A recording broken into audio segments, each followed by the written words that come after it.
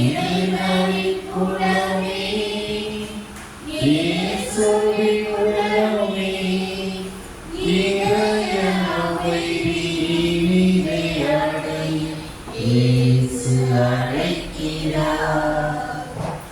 இறைய அமைதி இனிமை அடைய இயேசு அழைக்கிறார். தந்தை மகன் தூய ஆவியாரின் பெயராலே நம் ஆண்டவராகிய இயேசு கிறிஸ்துவின் அருளும் கடவுளின் அன்பும் தூய ஆவியாரின் நட்புறவும் உங்கள் அனைவரோடும் இருப்பதாக.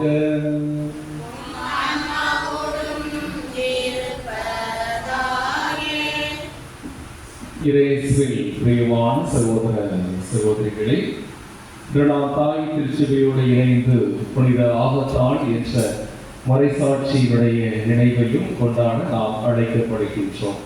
எனவே இவர் ஆண்டவருக்கு தம்மையை முழுவதும் அர்ப்பணித்தவராக, அந்த நாட்டின் ஆளுநராக இருந்தவர். இவருக்கு பல இன்னல்கள் கொடுத்த போதும் அவருடைய தவறான ஆசைக்கு இடம் கொடுக்காமல், அதனால் பல துன்பங்களை தன்னுடைய வாழ்வில் அனுபவிக்க நேர்ந்தாலும் தன்னுடைய விசுவாசத்தில் இவர் உறுதியாக இருந்தார். தன்னையே முழுவதுமாக ஆண்டவருக்கு அர்ப்பணித்தவராக இருந்தார்.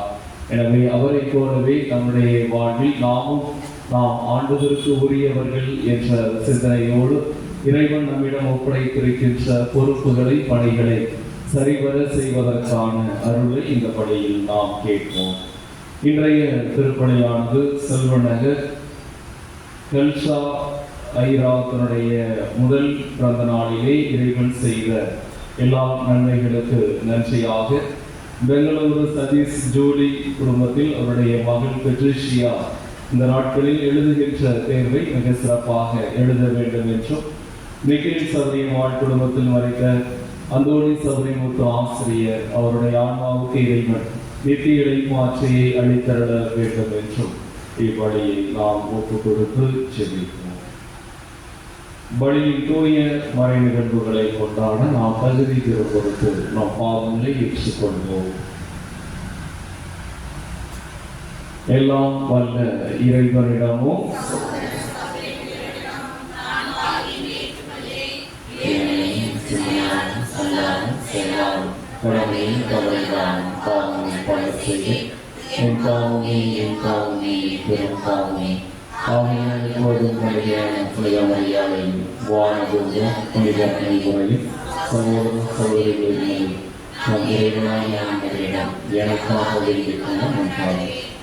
எல்லாம் இறைவன் நம்மை திறக்க வைத்து நம் பாவங்களை மன்னித்து நம்மை நிலை வாழ்வுக்கு அழைத்து செல்வாராக.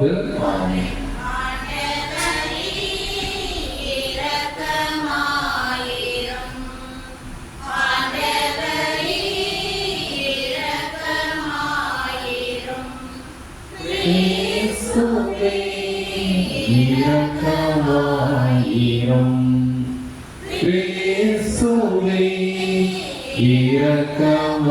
இரக்கமாயிரும் ஆண்டவரே, இரக்கமாயிரும் ஆண்டவரே,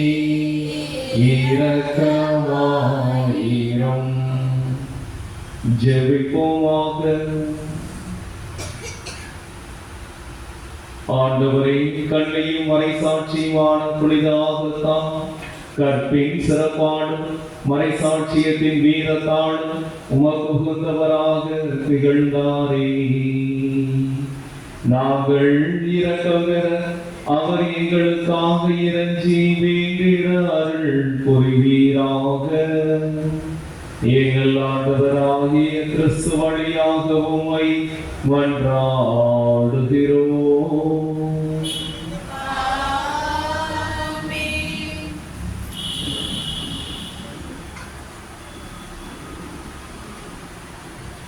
நீங்கள் வந்திருப்பதோ சீயோன் மலை, வாழும் கடவுளின் நகர். எபிரேயருக்கு எழுதப்பட்ட திருமுகத்திலிருந்து வாசகம். சகோதர சகோதரிகளே,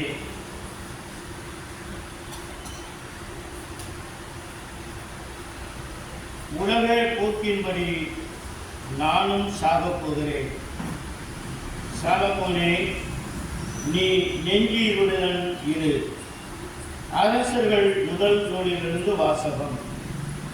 தாவீதின் இறுதி நாள் நெருங்கின போது அவர் தம் மகன் சாலமோனுக்கு பணித்து கூறியது இதுவே: அனைத்துலகம் போகும்படியே நானும் போகிறேன். நீ நெஞ்சுறுதியும் வீரமும் கொண்டவனாய் இரு. உன் கடவுளாகிய ஆண்டவரின் ஆணைகளை கடைபிடி. அவர் காட்டும்படி நட.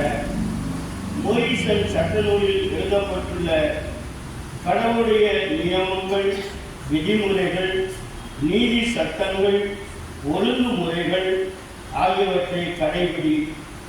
இப்படி செய்தால் நீ செய்யும் காரியங்களிலும் செல்லும் இடங்களிலும் வெற்றி காண்பாய். ஏனெனில் ஆண்டவர் என்னை நோக்கி, உன் மைந்தர்கள் தங்கள் முழு இதயத்தோடும் முழு உள்ளத்தோடும் என் முன்னிலையில் உண்மையுடன் நடப்பார்களானால் இஸ்ரேலின் அரியணையில் அமர்வதற்கேற்ற ஒருவர் அவர்களுள் இல்லாமல் போவதில்லை என்று எனக்கு கொடுத்த வாக்கு அப்போதுதான் நிலைத்திருக்கும். பின்னர் தாவீது தம் மூதாதையுடன் துயில் கொண்டு தாவீதின் நகரில் அடக்கம் செய்யப்பட்டார். தாவீது இஸ்ரேலின் மீது ஆட்சி செலுத்திய காலம் 40 ஆண்டுகள். அவர் எபிரோனில் 7 ஆண்டுகளும் எருசலேமில் 33 ஆண்டுகளும் ஆட்சி செலுத்தினார். சாலமோன் தம் தந்தையின் தாவீதின் அரண்மனையில் அமர்ந்தார். அவருடைய ஆட்சி உறுதியாக நிலைநாட்டப்பட்டது. ஆண்டவர் வழங்கும் அருள்வாக்கு. நான் சொல்ல வேண்டிய பலரை: ஆண்டவரே, அனைத்தையும் ஆள்பவர் நீரே. எங்கள் மூதாதையர் இஸ்ரேலின் ஆண்டவரே, நீர் என்றென்றும் வாழ்க்கப் பெறுவீராக. பலரை: ஆண்டவரே, பெருமையும் வலிமையும் மாட்சியும் வெற்றியும் மேன்மையும் உமக்கே உரியன. ஏனெனில் விண்ணுலகிலும் மண்ணுலகிலும் இருக்கும் அனைத்தும் உம்முடையவை. பல்லவி: ஆண்டவரே, ஆட்சி உம்முடையதே. நீர் யாவருக்கும் தலைவராய் உயர்த்த பெற்றுள்ளீர். செல்வமும் மாட்சியும் உம்மிடமிருந்தே வருகின்றன. பல்லவி: நீரே அனைத்தையும் ஆள்பவர். ஆற்றலும் வலிமையும் உன் கையில் உள்ளன. எவரையும் பெருமைப்படுத்துவதும் வலியோராக்குவதும் உன் கையில் உள்ளன. பல்லவி: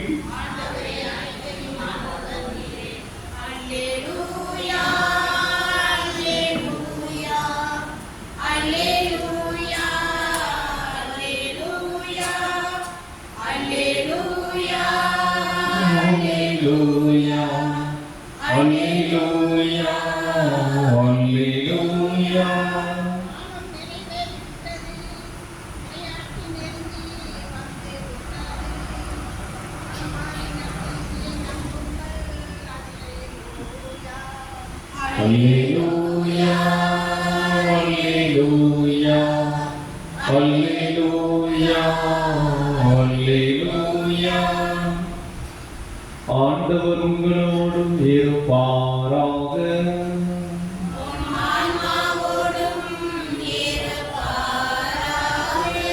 வார்த்தை எழுதிய தூய செய்தியிலிருந்து வாசகம்.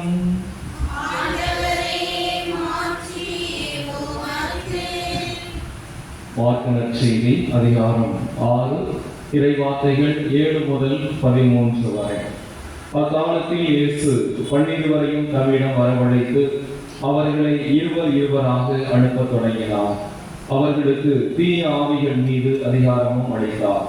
மேலும் பயணத்திற்கு கைத்தடி தவிர உணவு, பை, இறைக்கச்சையில் செப்பு காசு முதலிய வேறு எதையும் நீங்கள் எடுத்துக்கொண்டு போக வேண்டாம்.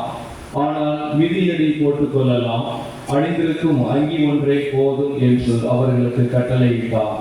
மேலும் அவர், நீங்கள் எங்கேயாவது ஒரு வீட்டுக்குள் சென்றால் அங்கிருந்து புறப்படும் வரை அவ்வீட்டிலேயே தங்கியிருங்கள். உங்களை எந்த ஊராவது ஏற்றுக்கொள்ளாமலோ உங்களுக்கு செவி சாய்க்காமலோ போனால் அங்கிருந்து வெளியேறும் பொழுது உங்கள் கால்களில் படிந்துள்ள தூசியை உதறிவிடுங்கள். இதுவே அவர்களுக்கு எதிரான சான்றாகும் என்று அவர்களுக்கு கூறினார். அப்படியே அவர்கள் புறப்பட்டு சென்று மக்கள் மனம் மாற வேண்டும் என்று பறைசாற்றினார்கள். பல பேய்களை ஓட்டினார்கள். உடல் நலமற்றோர் பலரை எண்ணெய் பூசி குணப்படுத்தினார்கள். ஆண்டவரின் அருள்வாக்கு.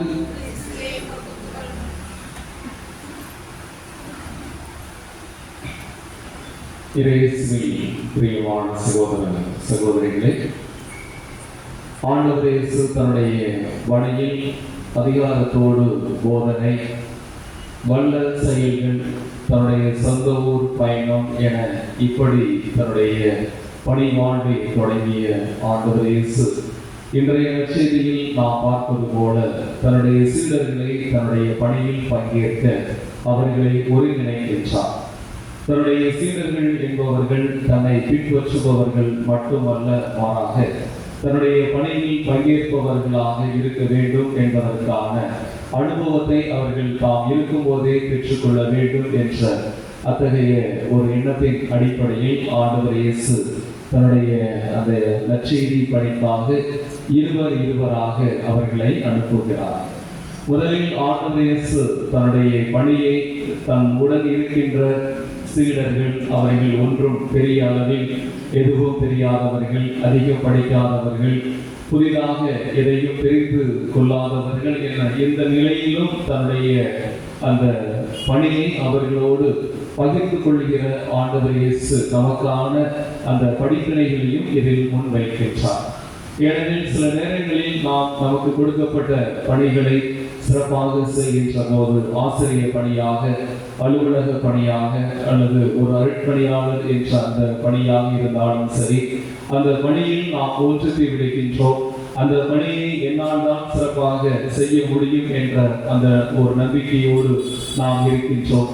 அடுத்தவர்களுக்கு நாம் அந்த பணியில் நாம் அதை பகிர்ந்து கொள்ளாமல் ஒருவேளை அவர்கள் சரிவர செய்ய மாட்டார்கள் என்ற ஒரு முன்சார்பு எண்ணத்தோடு, அல்லது அவர்கள் நம்மை விட சிறப்பாக செய்து நல்ல பேர் வாங்கி விடுவார்களோ என்ற அந்த ஒரு பொறாமையோடு நம்முடைய பணிகளை நாம் செய்கின்ற சாதாரண வேலைகளை அவர்களோடு பகிர்ந்து கொள்ள நாம் தயங்குகிறோம்.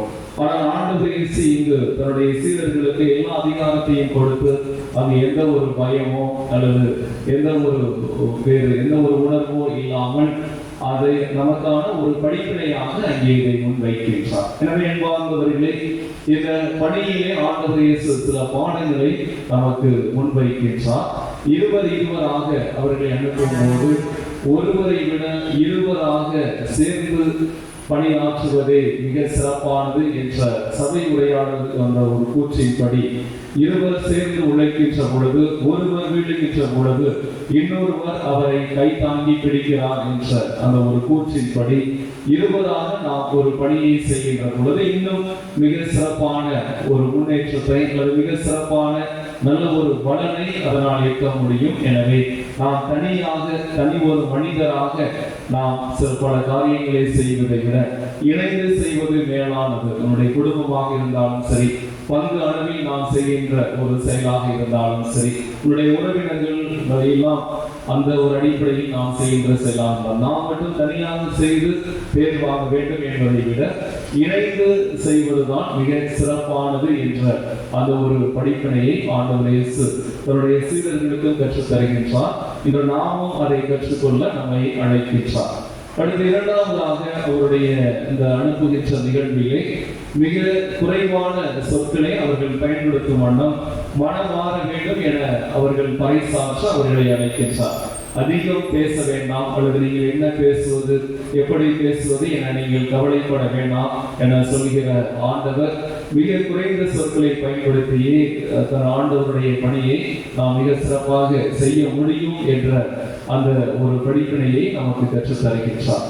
அடுத்து மூன்றாவதாக நுகர்வு கலாச்சாரம் மிக அதிகமாக இருக்கின்ற இந்த காலகட்டத்தில் ஆண்டவர் இயேசு தன்னுடைய சீடர்களுக்கே அந்த ஒரு பயிற்சியாக குறைந்த அளவில் உங்களுக்கு தேவையான அந்த பொருட்களை எடுத்துக் கொள்ளுங்கள். நீங்கள் கைத்தறி தவிர உணவு, பை, இடை, திசையில், செப்பு, காசு என இப்படியாக பொருட்களை சார்ந்து இருக்கின்ற அத்தகைய சார்பு நிலை வேண்டாம். அது உங்களை ஒரு முழுமையான பணிக்கு ஒரு தடையாக இருக்கும் என்பதை ஆண்டவர் அறிந்தவராக நீங்கள் உங்களுக்கு தேவையான அந்த குறைந்த அளவு பொருட்களை எடுத்துக்கொள்ளுங்கள் என்ற அந்த அழைப்பை அவர்களுக்கு தருகின்றார். நமக்கும் ஆண்டவர் இயேசு அதை முன்வைக்கின்றார். நிறைய பொருட்களை வாங்கி குவிப்பதனால் சந்தோஷம் வந்துவிடும் என நினைக்கின்றோம். அப்படியெல்லாம் மாறாக குறைந்த அளவு பொருட்களை பயன்படுத்தி அதிகமான செயல்களை செய்வதே ஆண்டவருக்கு பிரியமானதாக இருக்கிறது என்பதை இன்றைய நற்செய்தி வழியாக நாம் பார்க்கின்றோம். முதல் வாசகத்தில் தாவீது தன்னுடைய மகன் சாலமோனிடம் பேசுகின்ற பொழுது அனைத்துலகோரும் போகிற அந்த வழியை நானும் போகிறேன் என்று தன்னுடைய வாழ்வை முழுவதுமாக திரும்பி பார்த்தவராக, எண்ணி பார்த்தவராக ஆண்டவர் தன்னுடைய அந்த இறுதி நிலைக்கு தன்னை அழைக்கின்றார் என்பதை உணர்ந்தவராக தன்னுடைய மகனுக்கு சில அறிவுரைகள் கூறுவதை நாம் பார்க்கின்றோம். எனவே நம்முடைய வாழ்விலும் நாம் ஒரு நாள் அந்த அனைத்துலகோரும் போகிற அந்த ஒரு பாதைக்கு தான் நாமும் ஒரு நாள் செல்வோம் என்பதை உணர்ந்தவர்களாக ஆண்டவர் இயேசு நமக்கு முன்வைக்கின்ற இந்த பணிகளை நாம் சிறப்பாக செய்ய வேண்டும். நினைவு கூறுகின்ற புனித ஆகத்தால் அவர் தன்னுடைய வாழ்விலே எப்போதுமே மிக கவனமாக விழிப்புணர்வோடு இருப்பார். அவர் சொல்கின்ற பொழுது நாம் பாவத்தில் விழாத வண்ணம் இடம், பொருள், ஏவல் இதில் நாம் மிக கவனத்தோடு இருக்க வேண்டும். நம்மை முழுமையாக அறிந்தவராக நம் ஆண்டவர் இருக்கின்றார். நம்முடைய எண்ணங்களை அவர் அறிந்திருக்கின்றார். எனவே நாம் அந்த தீமைக்கு இடம் கொடுக்காத வண்ணம், பாவத்தில் விழா வண்ணம் நாம் பசாசை நாம் ஜெயித்து வாழ தகுதியுள்ளவராக ஆண்டவரிடம் தொடர்ந்து ஜெபிக்க வேண்டும் என்ற அந்த சிந்தனையை நமக்கு வழங்குகிறார். அதையே தன்னுடைய வாழ்விலும் அவர் செய்து காட்டினார். எனவே அவரை போல நாமும் நம்முடைய வாழ்வில் மிக விழிப்புணர்வோடு கவனமாக இருந்து ஆண்டவருக்குரிய அந்த பணிகளை செய்ய அதற்கான அருளை இந்த வழியில் நாம் தொடர்ந்து கேட்போம். ஆமென்.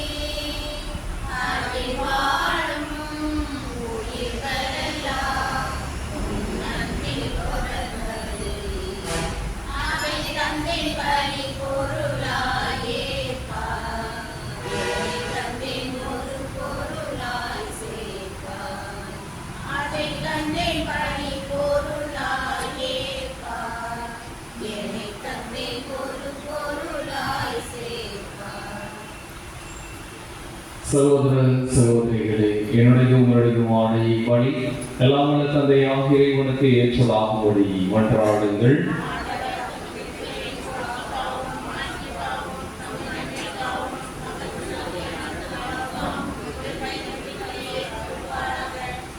ஆண்டவரை ஆகத்தா என்னும் புனிதையை கொண்டாடும் நாங்கள் உமக்கு கையளிக்கும் இக்காணிக்கைகளை ஏற்றளவும் வேண்டுகின்றோம்.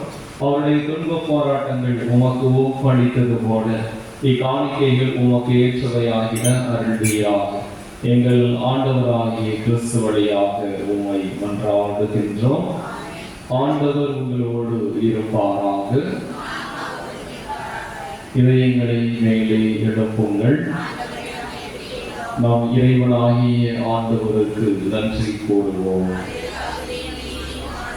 ஆண்டவரை தூயவரான தந்தை என்றும் உள்ள எல்லாம் வல்ல இறைவா, என்னாலும் இவ்விடத்திலும் நாங்களும் உமக்கு நன்றி செலுத்துவது மெய்யாகவே தகுதியும் நீதியும் ஆகும். எங்கள் கடமையும் மீட்புக்கு உரிய செயலுமாகும். ஏனெனில் விண்ணரசுக்காக தங்களையே கிறிஸ்துவுக்கு அர்ப்பணித்த புனிதர்களில் உமது வியத்தகு பராமரிப்பை கொண்டாடுவதும் உம்மை போற்றி புகழ்வதும் தகுமே. உமது இந்த பராமரிப்பு நாள் நீர் மனிதரை தொடக்கத்தில் இருந்த புனித நிலைக்கு மீண்டும் அழைத்து செல்கின்றீர். புத்துலகில் கிடைக்க இருக்கும் அருட்கொடைகளை இவ்வுலகிலேயே பெற்று அனுபவிக்க அவர்களை வழிநடத்துகின்றேன். ஆகவே புனித வானதூதர் அனைவரோடும் சேர்ந்து நாங்கள் உம்மை புகழ்ந்து முடிவின்றி சொல்வதாவது: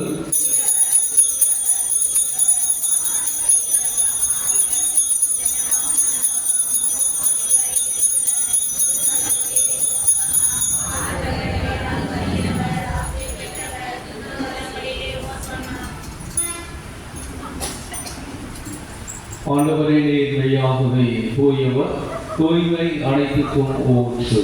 ஆகவே உம்முடைய ஆவியை பொழிந்து இக்காணிக்கைகளை தூய்மைப்படுத்த உம்மை வேண்டுகின்றோம். இவ்வாறு எங்கள் ஆண்டவரே இயேசு கிறிஸ்துவின் உடலும் இரத்தமுமாக எங்களுக்கு இவை மாறுபடமாக அவர் பாடுபட உடல் கணிந்து தம்மை கையளித்த போது அப்பத்தை எடுத்து நின்று செலுத்தி அதை விட்டு தாம் சீடர்களுக்கு அளித்து கூறியதாவது: அனைவரும் இதிலிருந்து பெற்று உண்ணுங்கள், ஏனெனில் இது உங்களுக்காக கையளிக்கப்படும் என் உடல்.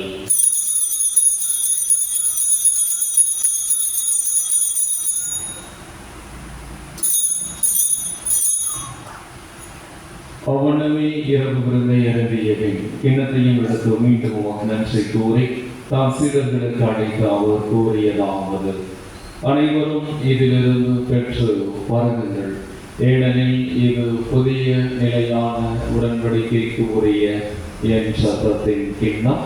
இது பாவ மன்னிப்புக்கென்று உங்களுக்காகவும் பலருக்காகவும் சிந்தப்படும். இதை என் நினைவாக செய்யுங்கள்.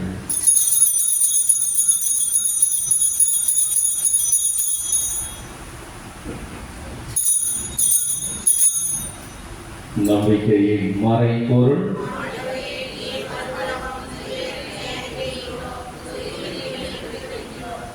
ஆகவே ஆண்டவரே, நாங்கள் கிறிஸ்துவின் இலக்கணை உயிர்ப்பை நினைவு கூர்ந்து வாழ்வதனும் அப்பத்தையும் மீட்பளிக்கும் கிண்ணத்தையும் ஒப்புக் கொடுக்கின்றோம்.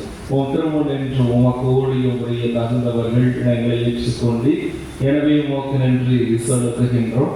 மேலும் கிறிஸ்துவின் உடலிலும் இரத்தத்திலும் பங்கு கொள்ளும் எங்களை தூய ஆவியார் ஒன்று சேர்க்க வேண்டும் என உம்மை தாழ்மையுடன் கொண்டாடுகின்றோம். ஆண்டவரே, உலகெங்கும் பரவி இருக்கும் உமது திரு அவை நினைவு கூர்ந்தருளும். எங்கள் திருத்தந்தை இல்லையோ எங்கள் ஆயர் ஆரோக்கியராஜ் எல்லா திருநிலையினர் ஆகிய அனைவரோடும் உமது திரு அவை அன்பில் நிறைவு பெற செய்தருளும்.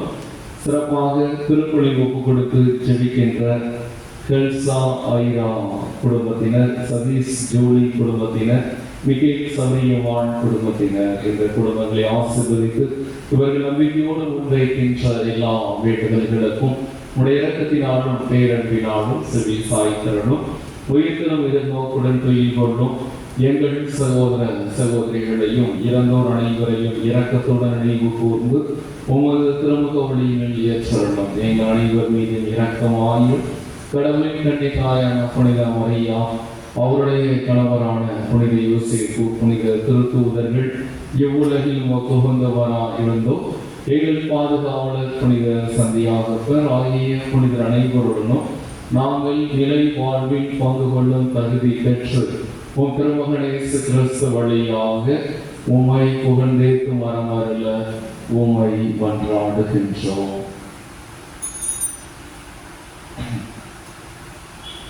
இவர் வழியாக இவரோடு இவரில் எல்லாம் வல்ல இறைவனாகிய தந்தையே, தூய ஆவியாரின் ஒன்றிப்பில் எல்லா புகழும் மாட்சியும் என்றென்று உமக்கு உரியதே.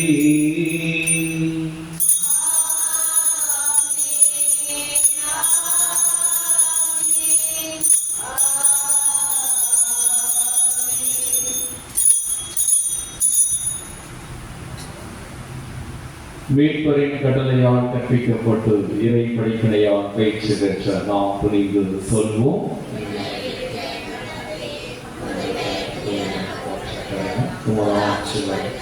உமது திருமணம் எங்களை நிறைவேறுவதற்காக வாழ்வதையும் நிறைவேற்ற எங்களுக்கான உணவை இன்று எங்களுக்கு தாரும்.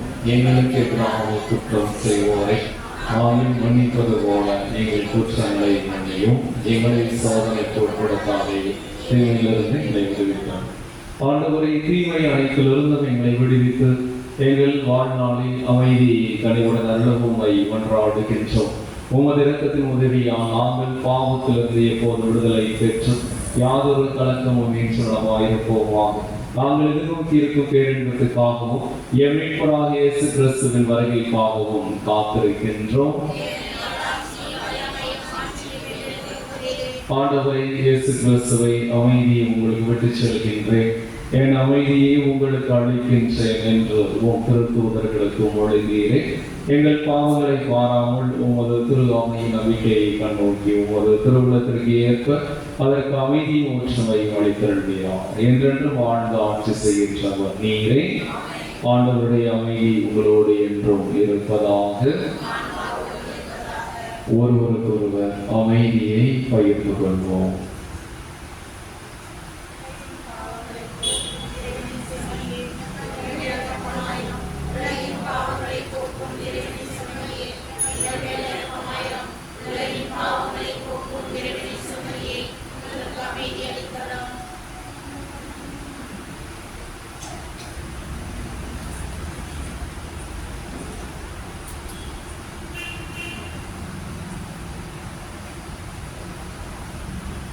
ஆண்டவரே கொள்ளும் திறவுகளும் எங்களை நீதி தீர்ப்புக்கும் தண்டனைக்கும் உள்ளாக்காமல் பரிகிறத்தான் எங்கள் உலகக்கும் நிலக்கும் பாதுகாப்பாகவும்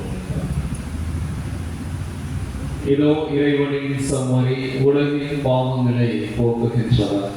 இந்த சமரியின் திருவிருந்தில் பங்கு கொள்ள அழைக்க பெற்ற நாம் அனைவரும் பேறு பெற்றோம்.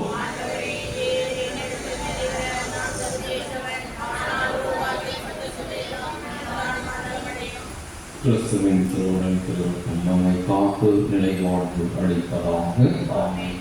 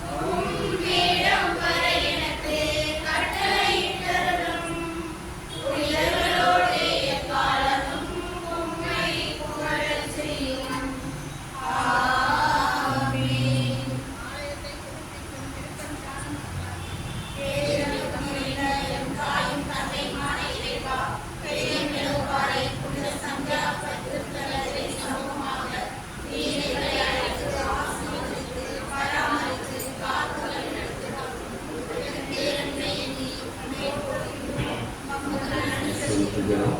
என் திருத்தல திருவிழாவை இப்பொன்னிலா ஆண்டு இவ்வாலயத்தை புதுப்பிக்க நாங்கள் திட்டமிட்டுள்ள பணியை திருப்பாதம் சமர்ப்பிக்கின்றோம். ஆசீர்வதியும் பங்கு மக்கள் மற்றும் பக்தர்களின் ஆன்மீக வாழ்வை புதுப்பித்தலின் அடையாளமான இப்பணி உமது திருவுளத்திற்கு ஏற்ப அமைவதாக. இப்பணிக்கான நிதி ஆதாரம் உள்ளிட்ட அனைத்து தேவைகளையும் நீரே எங்களுக்கு நிறைவேற்றி தந்தருள்வீராக. இத்திருப்பணிக்கு நாங்கள் ஒவ்வொருவரும் எங்களால் இயன்ற அளவுக்கு பொருளுதவி செய்வதற்கான நல் மனதையும் தாராள உள்ளத்தையும் தாரும். இப்பணியில் பங்கேற்கும் அனைவரும் ஒரு பேரன்பையும் உல அமைதியும் பெற்று மகிழ்வார்களாக.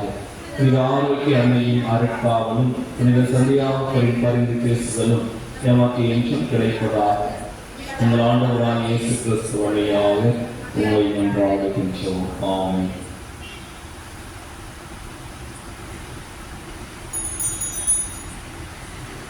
நன்றியோடு மன்றாடுவோமாக.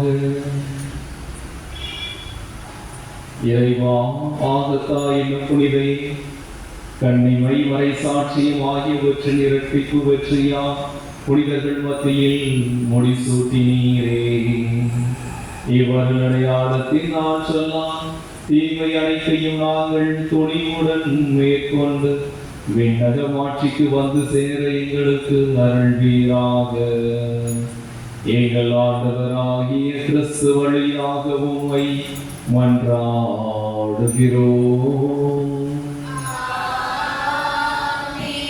ஆண்டவர் உங்களோடு இருப்பாராக.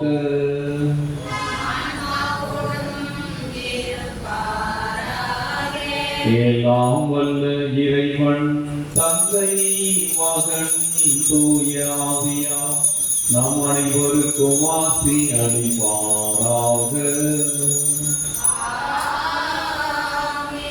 சென்று வாருங்கள், திருப்பணி நிறைவேறிற்று.